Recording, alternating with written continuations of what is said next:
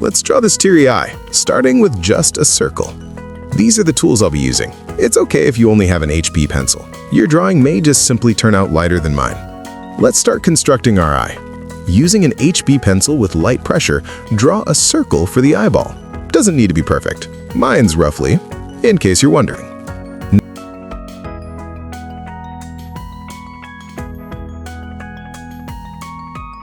The angle is up to you. Here are some examples of different eye slants. Decide on an angle and then draw it lightly. These are guidelines to help us draw the actual eye shape. Let's draw the inner corner of the eye. Position your pencil here on the line, a small distance from the circle. Then draw something like a V shape. Make sure there's less space below the line than there is above it. You can also try drawing a U shape or a droopy U. Navigate to the left where the line and circle intersect. This marks the outer corner of our eye. From here, draw a big arch for the top eyelid. Keep your pencil marks very light in case you need to fix anything. Notice how much space there is from the slanted line. For the bottom eyelid, let's minimize that space greatly. Once you're about halfway to the inner corner of the eye, bring your pencil up earlier, then join it with your V. Happy with your eye shape? Let's move on to the eyelid ledge. Just draw a line that closely follows the top and bottom eyelid. Taper your stroke as you approach the right. Finally, draw the upper eyelid crease, spanning the length of your eye or beyond it. You can mimic the curve or shape of your top eyelid. Now draw the iris, making it roughly half the size of your eyeball. Doesn't have to be perfect. Place it close to the center of the eye while making sure the bottom of the iris is most visible. If you want to draw a pair of eyes, keep the circle and slanted line. If not, erase those guidelines and draw a slight curve here to separate the inner corner of your eye from your eyeball. For your iris, try to draw a full circle instead of bracket shapes to avoid an oblong iris. Another reason why drawing the full circle is important is that it helps us properly position the pupil, which sits in the very center of the iris. To find the center of your iris, draw a vertical and horizontal line through it. Next, we'll draw some outlines for the highlights inside the eye. These are going to be the brightest areas. They'll help give it that glassy appearance. Before we start, decide on which direction you want your eye to be lit and what type of light source you want. For example, it could be lit from the right side with a circular light fixture, closer to the middle with a square window, or from the left with two rectangular windows. Use your imagination to come up with some fun combinations. Just make sure whatever shape you choose is stretched and curved to support the illusion of a curved eyeball. Now, imagine tears building up and flooding the bottom of your eye. Along the edge of your waterline and underneath your main highlight, draw a squished version of the highlight. And let's put a highlight over in the corner here where most of the tears are. Let's start shading. Starting with the pupil, this is going to be the darkest part of our eye. I'm using a 6B pencil because I don't need to press very much to get a dark value. If you're using an HB pencil, just press down harder, but not too hard or else you might end up with a lot of glare. Next, we'll shade the iris. I'm using my favorite pencil, the 4B. If you want a light iris, use a harder pencil, like an HB. Watch my shading video to learn more about the different pencils and their uses. Instead of using a writing grip on my pencil, which gives me thin strokes, I'm holding my pencil like this to get thicker strokes that will be easier to blend. It's also a quicker way to shade because I'm covering more ground with just a few strokes. Make sure there's a good length of graphite sticking out from the wood so you can get nice, thick strokes. We need to shade a base layer of graphite in the iris. Try to use a consistent amount of pressure so it's pretty even. Be careful not to shade over the highlights.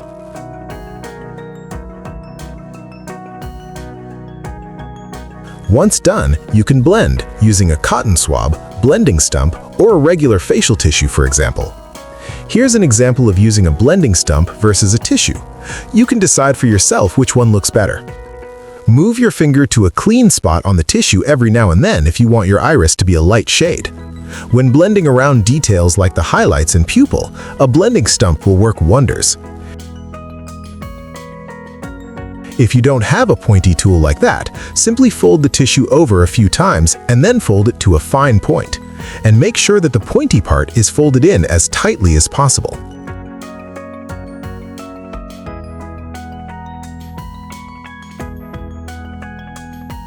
Go in at the end and fill in any lighter areas with the tip of your pencil. Don't worry about it looking perfectly even because we'll be layering on more graphite later.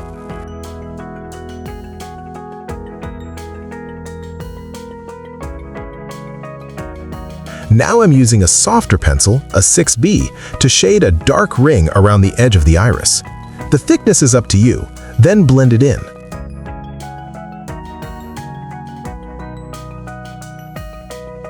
I'll blend the left side using a blending stump and the right side with a tissue so you can see the difference between the two tools. I'm blending toward the pupil, trying to make the edge fade inward. Once you're done, you can lightly blend along the outside of the iris too. Now let's see how blending with a tissue compares. I'm using a spot that's already saturated with graphite from previous use, so I'm also kind of shading and blending at the same time.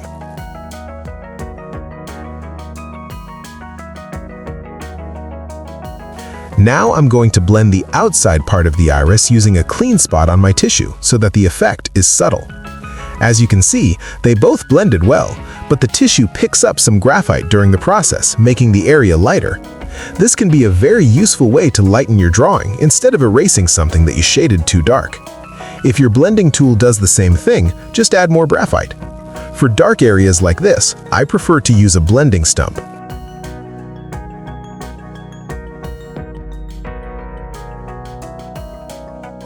Since our imaginary light source comes from above, the top eyelid is going to cast a shadow onto the eyeball.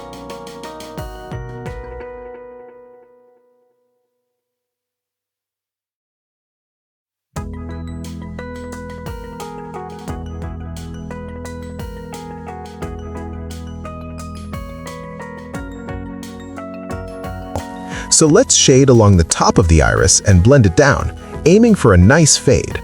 Then blend, reducing your pressure where you need the cast shadow to fade out. If you want it darker, just add another layer and press harder.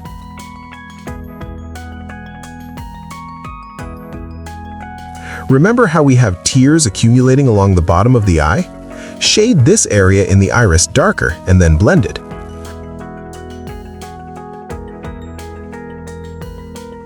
I'm switching back to my 4B to draw the details in my iris. If your drawing is much smaller, try using a harder pencil so your lines don't look blurry. Sharpen your pencil well for this step. Draw a wavy ribbon around your pupil, then draw radiating lines inside the wavy ribbon. Make sure they converge at the center of the pupil, meeting at a single point. Otherwise, they may not look as realistic. Think of bicycle spokes. Here's an example of what to do and what not to do. You can see how my pencil goes to the center of the pupil before I draw each stroke to make sure each one is angled correctly. Then go back over and make some of them darker. If there's enough space, you can shade inside the ribbon. I'm going to shade darkest near the ribbon and gradually lighter closer to the pupil.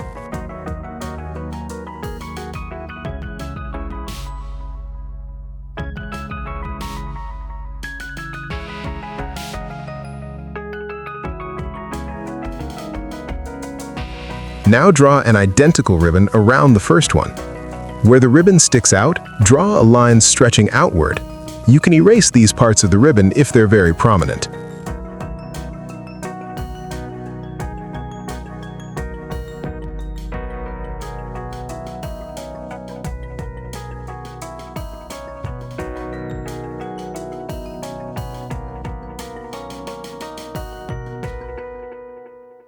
Once done, draw random lines, waves, or squiggles between each one of them.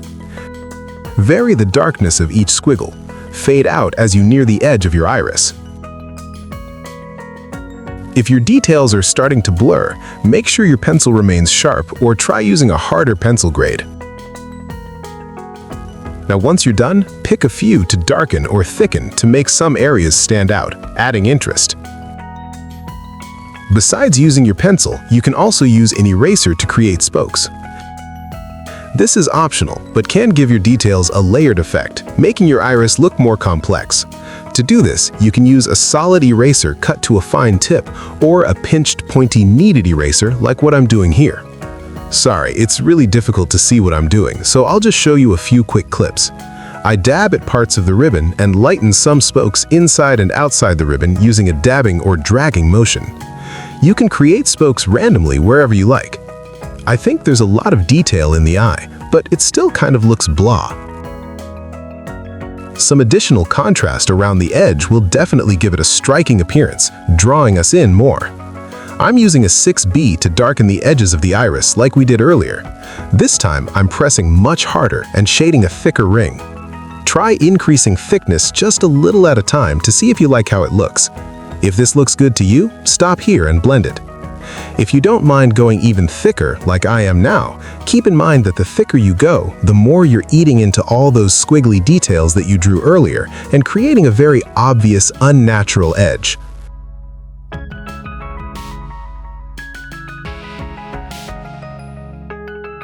To make this ring blend well and look more natural, make it jaggedy along the inside edge, working your way between some of the spokes you've already drawn. And then when you blend, use the same in and out movement. Let me fix the example on the left.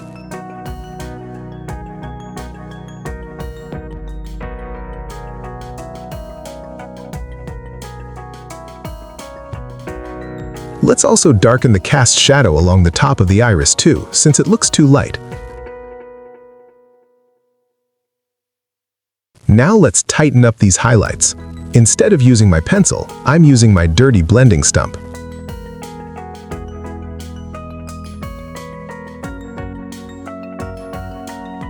The next thing we need to do is draw some silhouettes in our highlights. Imagine there's an object between the eye and the window where the light is shining in from. We'll see a reflection or silhouette of that person or plant, table, or even a cat. It's up to you. You can even draw an arbitrary abstract shape that continues through both your main highlights if you have two like mine. Then blend it. You can use a dirty blending stump to draw and blend at the same time. I think it looks better to blend unevenly. The extra detail makes it look more complex. After more blending, I decided to shrink the two main highlights slightly. These two highlights could be more subtle for my preference, so I'm blending around the edges to create blur and slightly reduce the highlight size. These things I'm doing are totally optional. See if you like the result and decide for yourself if you'd like to apply them as well. Now let's shade the rest of the eyeball. We want to avoid leaving it white, otherwise the highlights won't look as poppy. Scribble on a scrap sheet of paper to make sure your strokes are thick instead of thin and scratchy, because the latter is more difficult to blend. I'm using an overhand grip again. Lay down a light layer of graphite across the rest of the eyeball. To avoid making the eyeball look too dark, stick to a lighter pencil, such as an HB or 2B.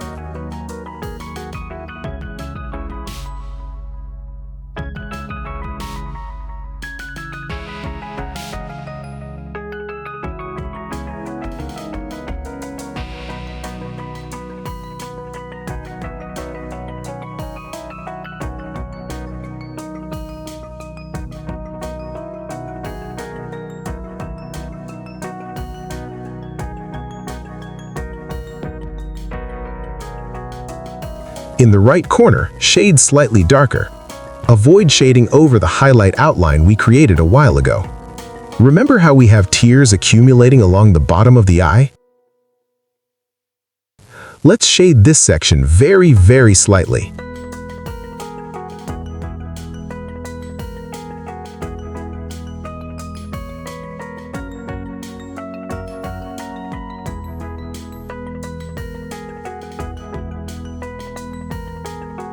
Now blend while making sure not to smudge the iris. I'm using a tissue instead of a blending stump to keep my shading on the lighter side. Use a new section on your tissue every now and then to avoid blotchiness. Fold your tissue to a fine point to get into small spaces or to work close to edges without blurring the boundary lines. Now that we have a base layer of graphite down, let's go in and shade a few sections darker to add depth. The inner corner of the eye is deep, so let's shade it quite dark. To make the eyeball look round, let's shade the left and right side to show that the surface of the eyeball curves away from the light. Fade out gradually as you work your way toward the iris. Remember that the top eyelid casts a shadow along the eyeball. We shaded the part along the iris, but not along the rest of the eyeball yet, so let's do that. Shade lighter as you work your way down. Shade along the very bottom of the eyeball to support that round shape. I'm going to shade really dark around this inside boundary, and then I'll blend it to the center with a nice soft fade. By the way, the line we drew here earlier isn't visible anymore. Let's add back 1 or even 2 lines and then blend them out. Now let's move on to shading the skin. I'm using a 4B for this step. Shade both eyelid ledges, making sure the left side is slightly darker. Fade out gradually as you work your way to the right.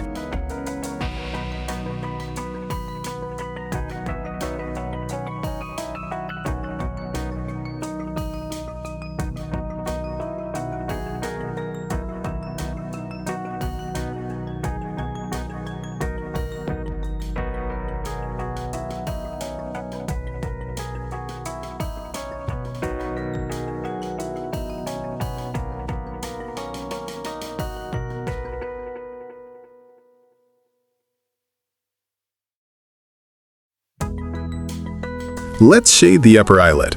We're going to shade from here up and from the crease down, leaving the middle section the lightest.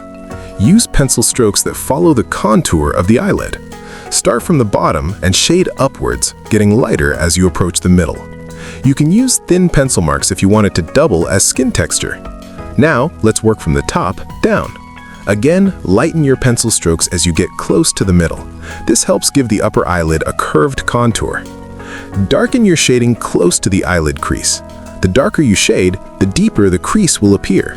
By the way, I talk about shading with the side of your pencil a lot, but if you have good pressure control and can shade with minimal gaps between your strokes, feel free to shade using the tip of your pencil instead. The process does take longer, but I think the end result is much smoother.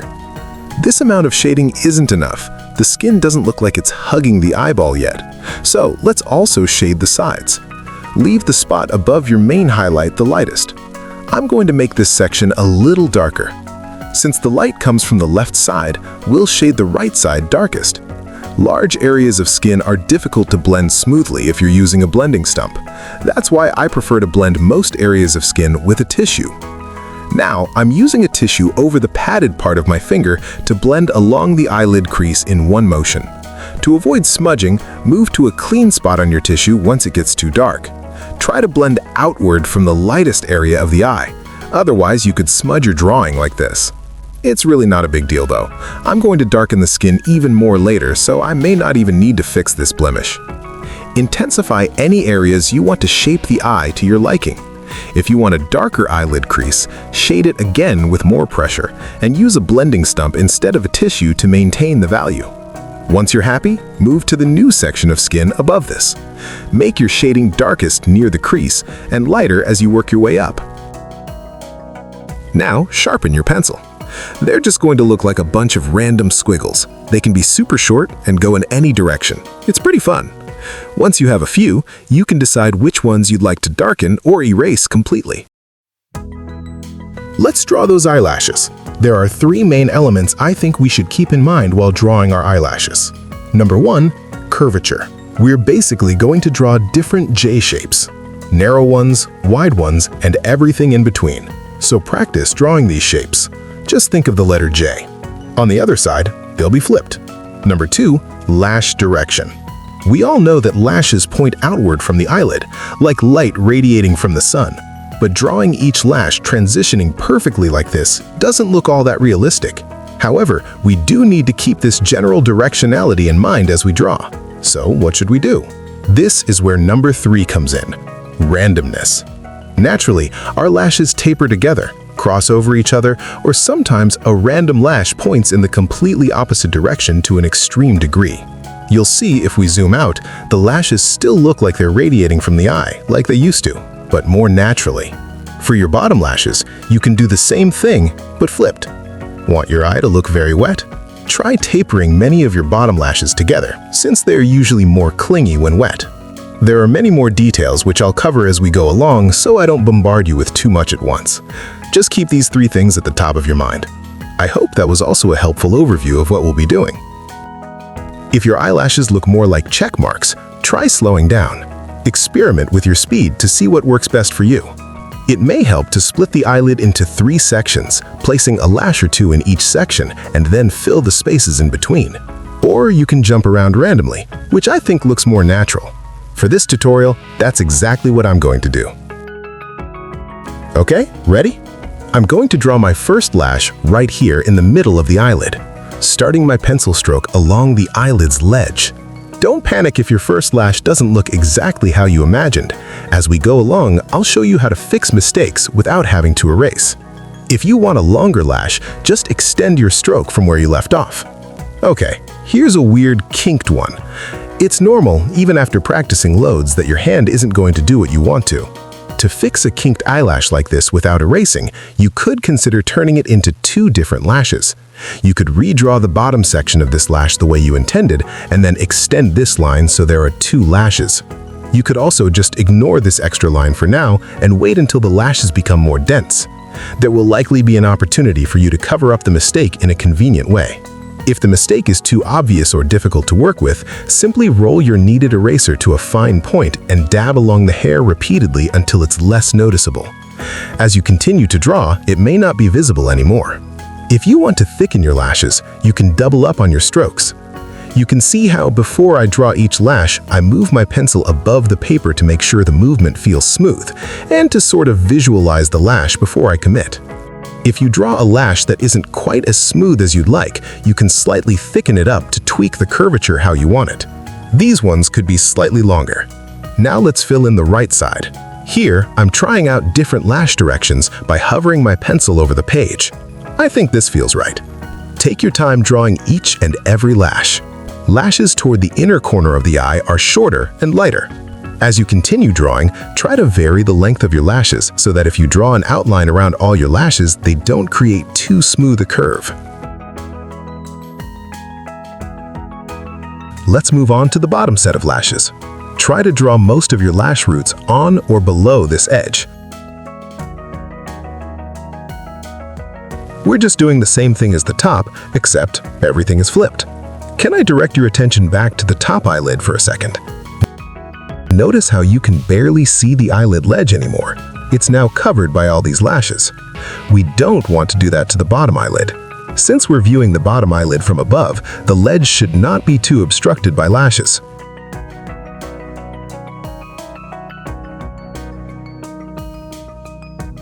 Draw shorter, thinner lashes near the inner corner of the eye. I like to keep my lower lashes to a minimum to avoid making it look overcrowded. If you want to fill in some gaps without overcrowding, consider short, light lashes. An optional detail I like to add is to give the skin around your lashes some texture, which doubles as cast shadows.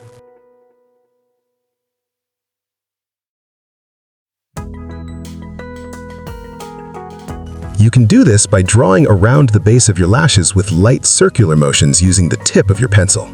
Keep it subtle. You can do the same for the top eyelid.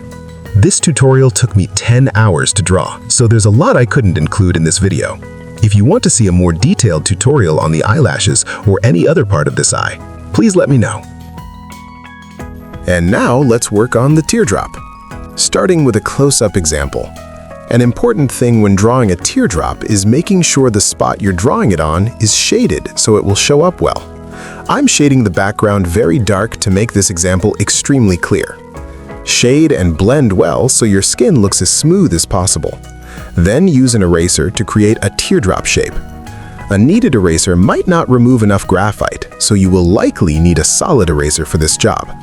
Make sure the shape of your teardrop is clean and the edges are crisp. Feel free to go over it with your pencil to redefine the shape. Next, where is the direction of your light source? Let's keep the lighting in this example consistent with our drawing. For mine, the light is coming from the top left, so we should see a shadow below the tear to the right. Blend this shadow very well, making sure it's darkest near the tear. Since the light is coming from the left, we might see a little bit of a shadow along here too. I'm using my dirty blending tool to create a subtle cast shadow. Once you're done shading and blending, make sure again that your teardrop shape is still clean and crisp. Next, add your highlights. I'm going to erase two shapes. If you have a white pen or correction fluid, you can make the teardrop pop more by brightening the lightest areas. Oh, and an extra detail you can add is a little bit of light exiting the teardrop. If you want to change the shape of your teardrop after you've done all this work, it's pretty easy.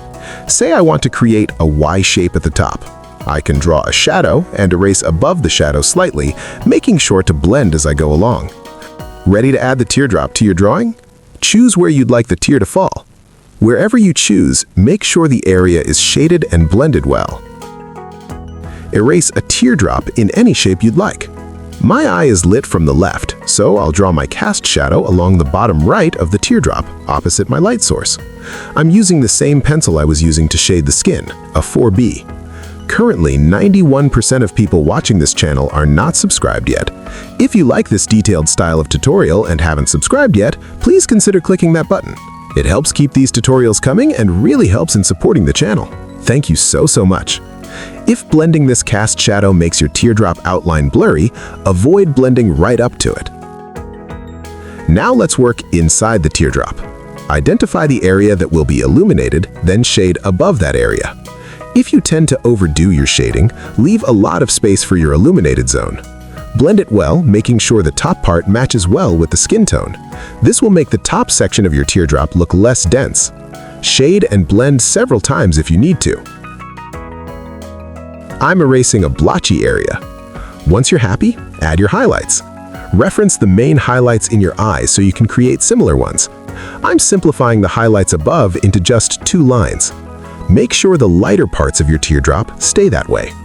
I think this teardrop will look better if I make it more Y-shaped. I can do that by erasing a little bit, adding a shadow, and then blend well. If you want, you can add some additional highlights around each eyelash. I'm just dabbing some graphite away with my pointy kneaded eraser in random areas above and around the teardrop. Erase as many as you want, making the skin glisten. If the highlights in your teardrop don't pop enough, make them lighter and shade a little darker around them. I really hope this side tutorial was helpful. If you need clarification on anything, please let me know in the comments section. Thank you for watching all the way to the end. If you like this tutorial, please hit that like button to let me know, and subscribe to get notified when I drop a new video. Suggestions are always welcome. Thank you for drawing with me.